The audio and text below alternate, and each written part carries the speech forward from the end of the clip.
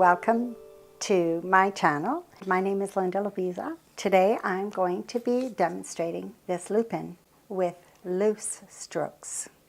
Well, I have a beautiful bouquet, as I do usually in my little painting sessions, and I have a question for you. Somebody out there must know what it is.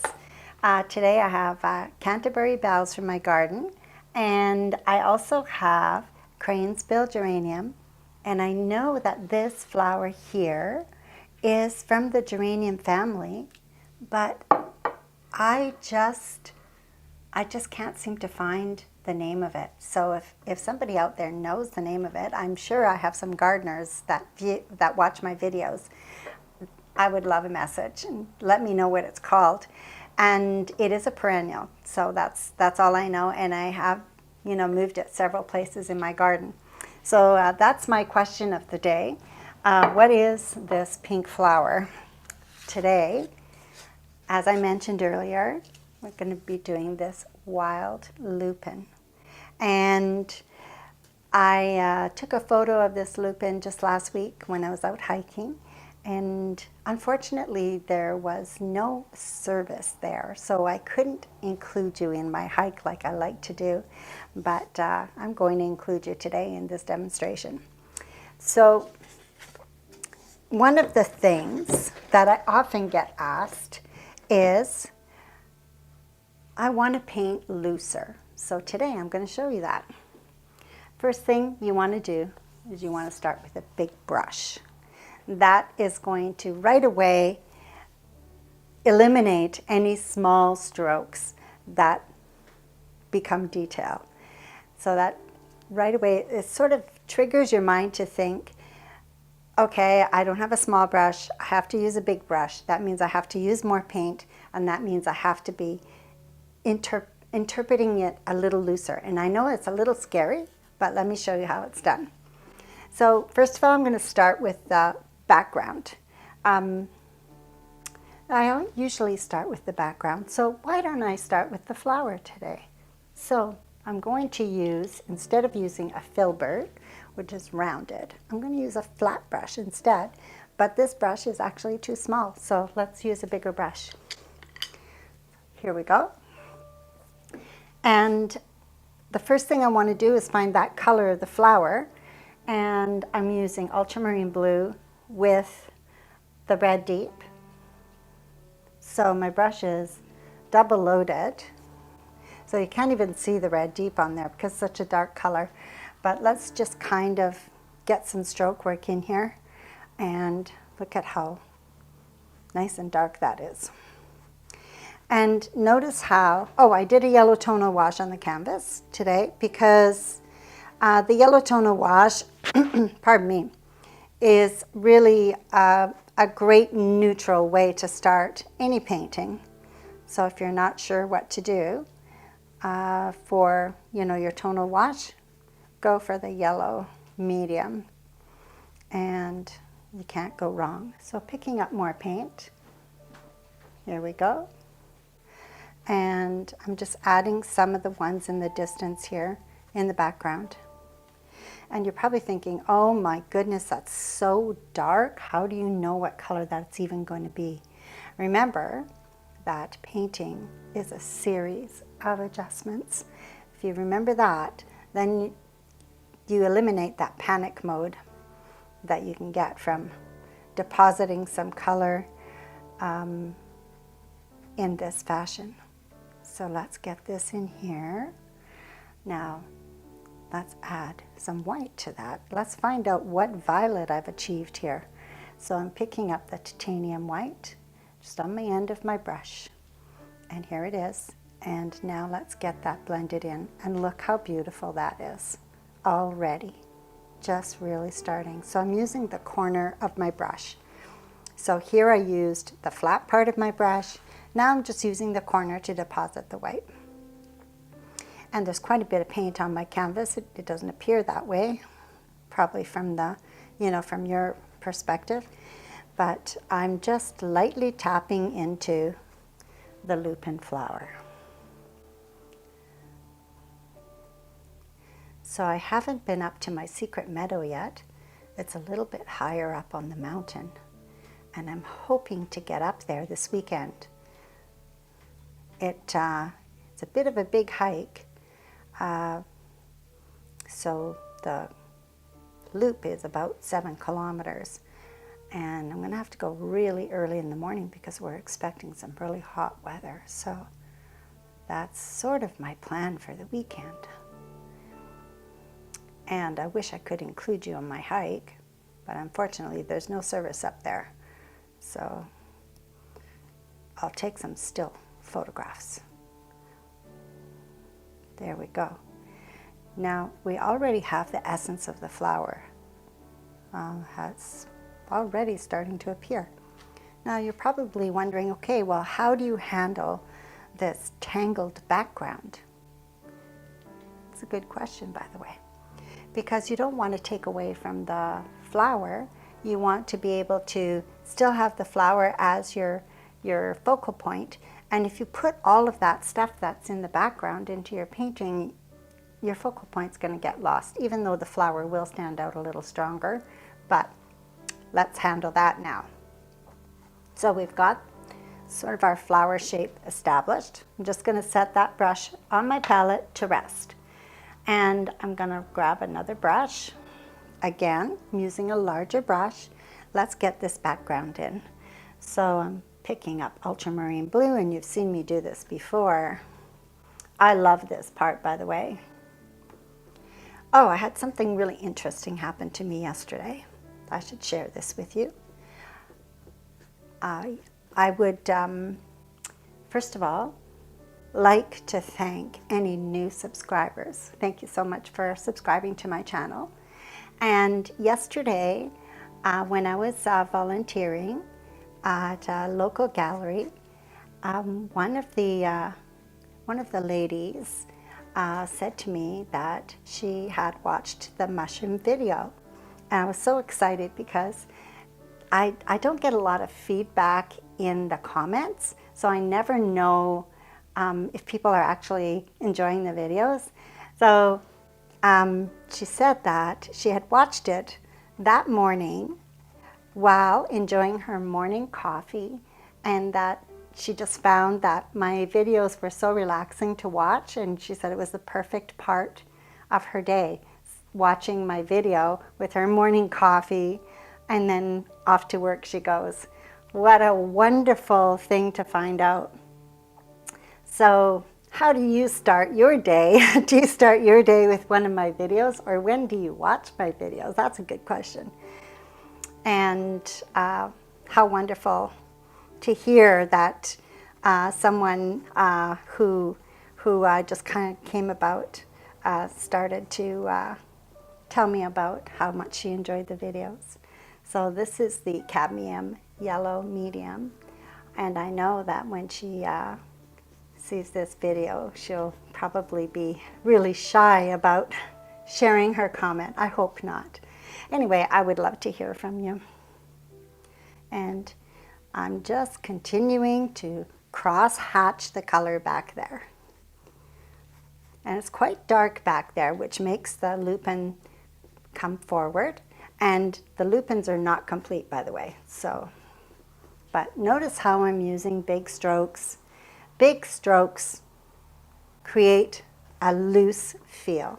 Whether you want it to or not, when you're using a big stroke, you're going to get a nice loose feeling. And that's sort of my main goal to show you today, is using some nice loose strokes to capture the scene. It's going to be a little bit darker back there. I don't usually start out with the flower first, but I always like to show different options. You don't have to go right from the background to your middle ground to your foreground. I personally really look at the subject itself and decide, okay, where do I want to start? And then go right to it. And in this case, starting with the flowers, our main focal point for today,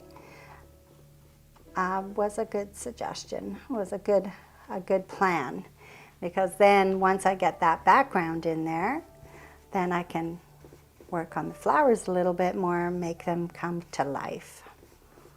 And still again using a big brush for bigger strokes to keep it loose.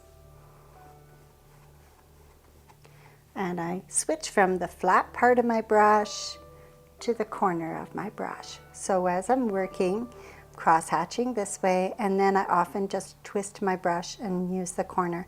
So remember, I'm holding my brush in my hand like so, and I have that control to be able to go back and forth. That's the beauty of a short-handled brush. You can do it with a long-handled brush as well. But in this case, because I'm working on a small canvas, I prefer to have a shorter handle. And that is really, really, you know, something to do with preference and how you like to work and how you like to hold your brushes.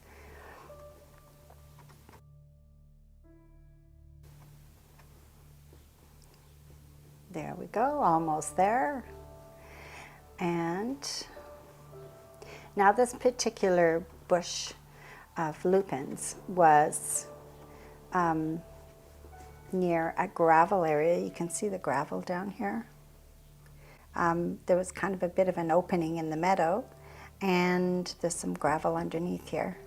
But I'm going to choose a different option. So that's the one thing about being an artist. You can interpret that part the way you want. I'm not going to put that tan colored gravel down there. I am going to do something else. I'm going to carry the green down, and I'm going to switch to a cobalt blue instead of ultramarine blue in the foreground. Now, in the past, I've told you about cobalt blue. It's a great color for reseeding, you know, a scene or a color, making it seem more distant.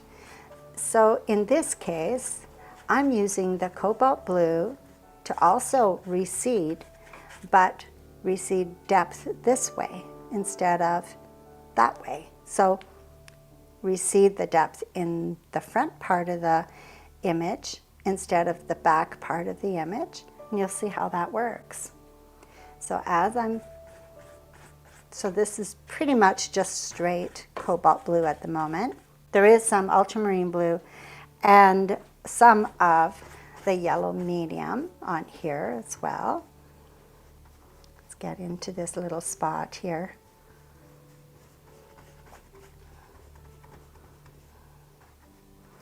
So today, I forgot to put my timer on, so when I get painting, I tend to forget about the time. So hopefully this video won't be too long, but we'll see how that works out. And that's another thing I need to know. Are the videos long enough? Would you like to see more? Would you like to see a little bit longer or a little bit shorter? Would you like to see different warm-up exercises? I have lots of those, by the way. And maybe I'll do a few shorts with some warm-up exercises for you. It's just a matter of just letting me know what you'd like to see, and I'd be happy to present that to you. I'm just going to hit the edges here. So remember, when I'm hitting the edges like that, I'm just basically offloading my brush just to remove some of the paint that's in the core of my brush. Instead of putting it in the water bucket, just hit the edges. It's always a good idea. Now, okay, so now we've got that nice warm green back there, deep green, but it's a warm green. And now I've got the cobalt blue at the bottom here. So how's that going to look when I start to add the yellow? Well, let's find out. So the leaves on the lupin, I'm not going to do the stem first because that comes later. So the leaves on the lupin, they're kind of star-shaped. They're really pretty, and they're thin and rounded. So I'm going to start with starting to add some of the yellow.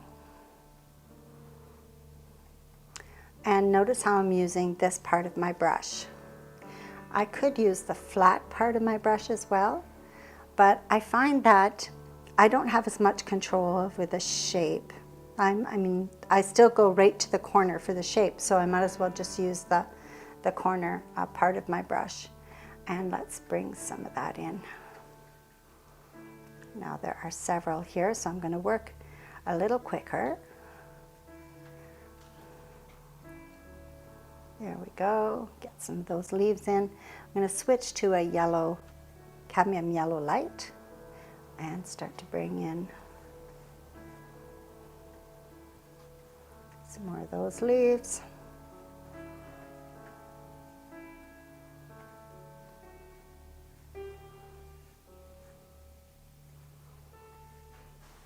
And back here as well.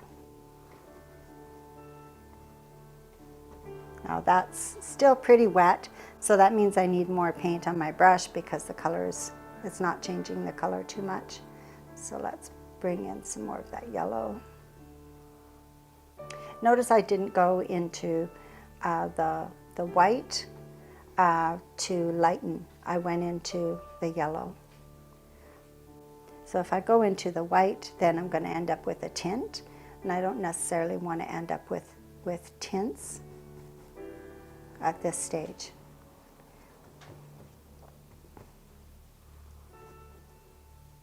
So for back here, I'm just doing some random stroke work just to kind of get the idea or the illusion that there's more greenery back there, which there is, but it's further back, so you don't want to put too much detail into that. So just by bringing in some random strokes back there, you get the illusion.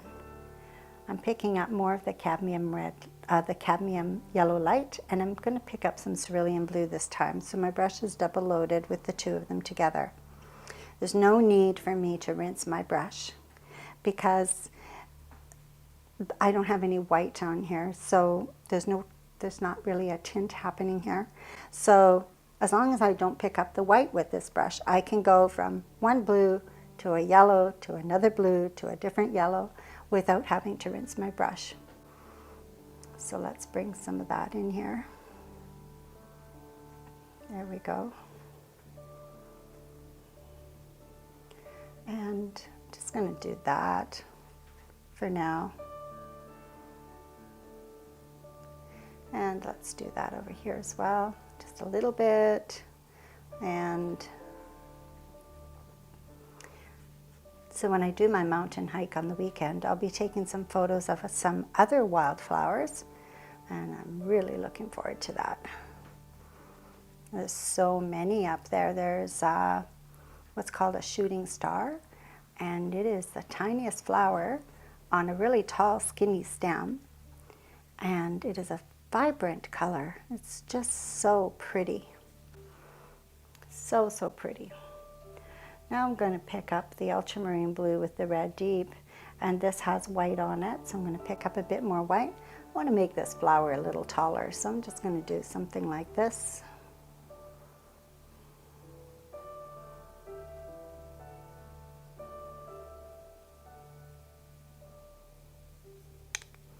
And let's just take this away.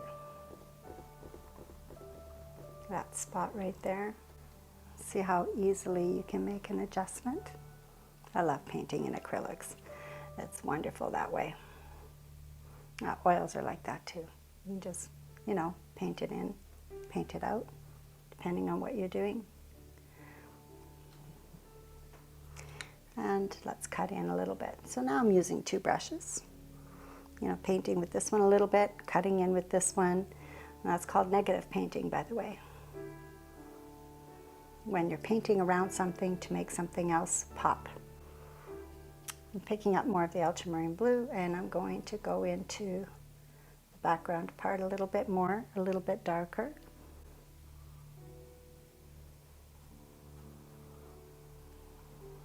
Using the corner of my brush.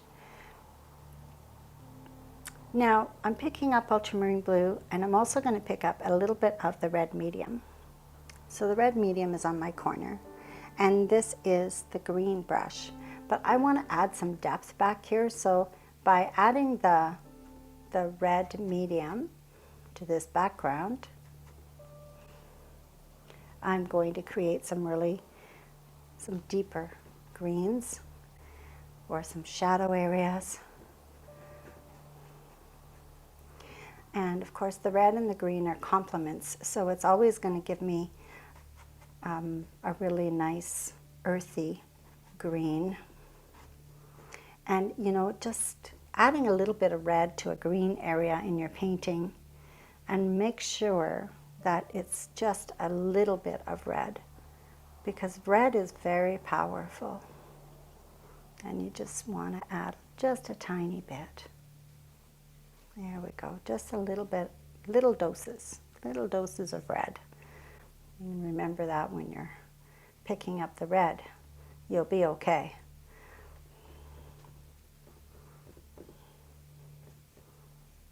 There we go, little doses of red. One of the other things that's blooming right now is the Indian paintbrush. And they come in such a variety of colors, from a real orangey red to a nice bright fire engine red, and some of them are even slightly on the pink side.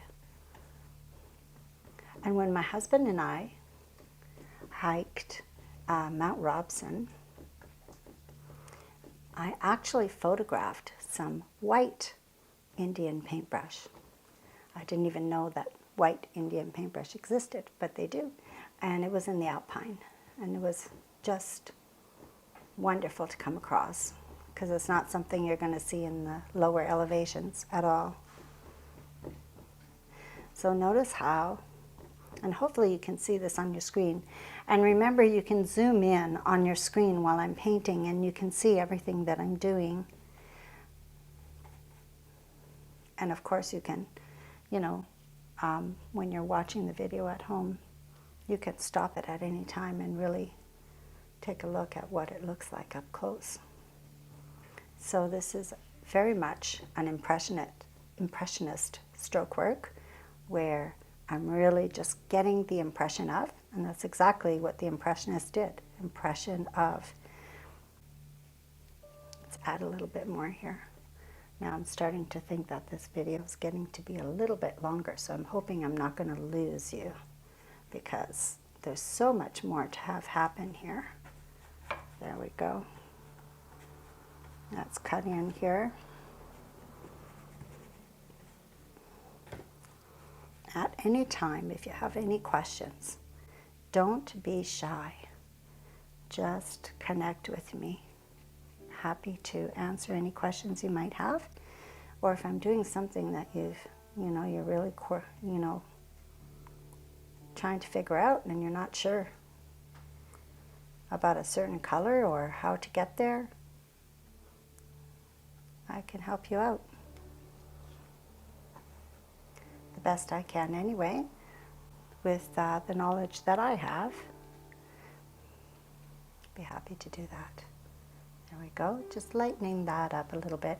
I like to lighten a little bit at a time, and I'm all about finding the drama in nature, so I don't want to lighten it too quick, because I love the contrast. And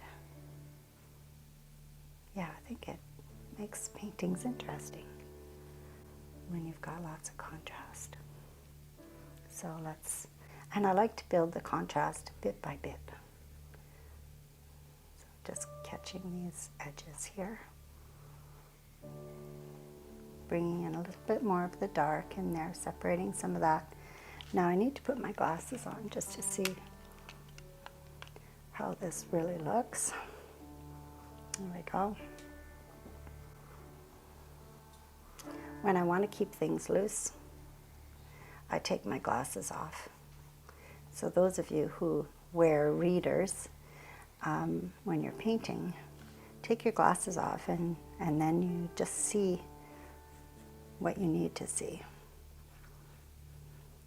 Now I'm going to back up a little bit just to make sure. So backing up is really important as well, because then it does give you a different, when you've got your nose right into your painting, right at the up close, you tend to get kind of zoomed in. So stand back every so often. And when I'm doing these videos, I don't stand back quite as much as I should be. But when I'm just painting on my own, I stand back quite frequently. Keeping it loose. And I have my glasses on now. So what my glasses are doing is I'm seeing everything that I need to adjust. And I'm thinking, oh boy, I need to adjust this, I need to adjust that. And so I want to keep this loose and free. I'm going to take my glasses off. So here we go. Now, set that green brush down. And I'm going to go back to my purple brush. So picking up the ultramarine blue again. And the red deep with the white. This is the titanium white, by the way. I'm going to pick up a little bit more of the red. So now I'm going to start to lighten the flower, and as I'm shaping the flower, so the flower itself has a curved shape to the flower, and if you're not sure, look up wild lupins and zoom in on the shape of the flower, because keeping this a loose stroke, I still want it to look like a lupin. So you can zoom in, and then you know the shape that you should be applying to that flower. That's the advantage of being able to get out there and take your own reference photos. But there's a lot of beautiful photography online that you can research, you know, for certain flowers, whether it's a lupin or anything else. There's lots of beautiful photos online for that. And let's add a few more strokes here.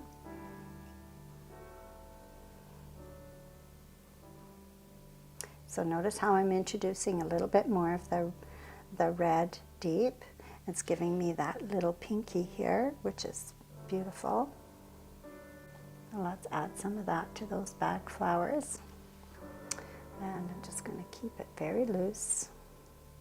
And notice how I'm not getting all caught up on every little shape of that flower.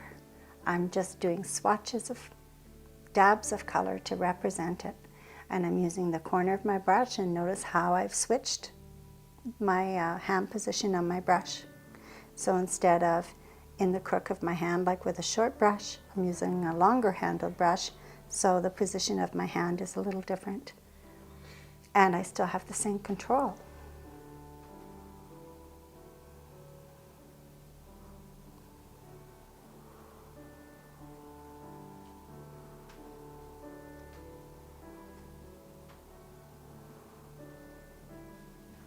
Now I'm going to set that brush down for a moment, and I'm going to pick up my larger brush, but I'm not going to use this one because this one, the color is quite dark on there still. So I want something lighter, so I'm going to still use a larger brush, and I'm going to add some lighter greens to it to make things pop. And just as like a little final touch. So I'm going to use a brush that has more flexibility, so you can see how it's a little bit more flexible. And I'm going to pick up the yellow. Now this brush has been hydrated beforehand so that it's nice, and so the bristles load up the paint very nicely. And I'm picking up a little bit of the manganese blue. It's a little bit brighter blue for the tops. So again, the position of my brush, and I'm using the angle. Just going to add that brighter green there in the lupin. And the background is not perfectly dry, but it allows me to add those strokes without making the color muddy. I'm just going to tap my brush. When you tap my brush, it pushes the color forward so that I can add this over here and a little bit over here. I'm just going to go like that because it's much further away. Now if I want to add some white to that, I'm actually going to add a few strokes in here. Start to bring a little bit more light. So I always work dark to light, so this is a little bit of an example here how I would start to bring those leaves to life a little bit more. Tap my brush here. There we go. Oh, that still needs some paint there. So let's get that in there. All right.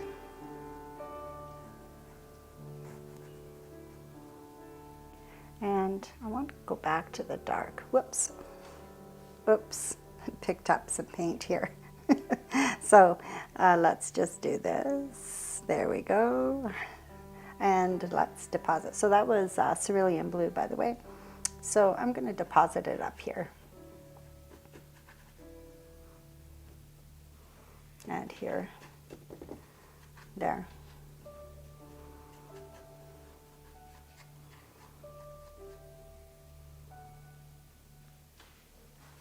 Bring that down a little. There. All right. That's still too much on there. Bring in some of that color into these leaves here. Now this shape leaf is bothering me, so I'm just picking up the darker, the brush that has the darker green on it. And I'm just going to soften that edge.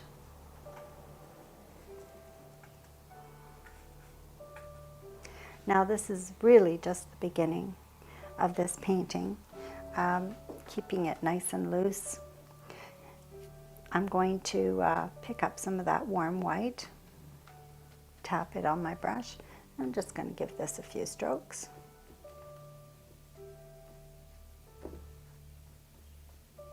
Create some openings, and as Bob Ross used to say, for the little birds to fly through. And I'm sure some of you are huge Bob Ross fans. Who isn't? There we go. Now that's just one layer, and I would add another layer to that, but there's no point in adding too many layers because the green is still fairly damp enough that if I keep working this, it's going to turn it a little bit more greenish, and I have to stop. So that's where I'm at for today. So here we go with loose strokes. The beginnings of this lupin painting, and I hope that you gained a few tips today, and let me know how you make out using a big brush doing a floral of whatever flower you want to do. I'd love to hear from you. I hope that you enjoyed this little video with doing a flower with loose strokes. And don't forget, those of you who are watching who are gardeners, what kind of flower is this? I'd love to hear from you. Thanks again. This is Orca. She is my studio dog. And, well, she's not just a studio dog. She's our baby, and she's a real sweetheart. So she is often lurking around while things are being filmed. And, yeah, we love her to pieces, don't we? Yes, we do.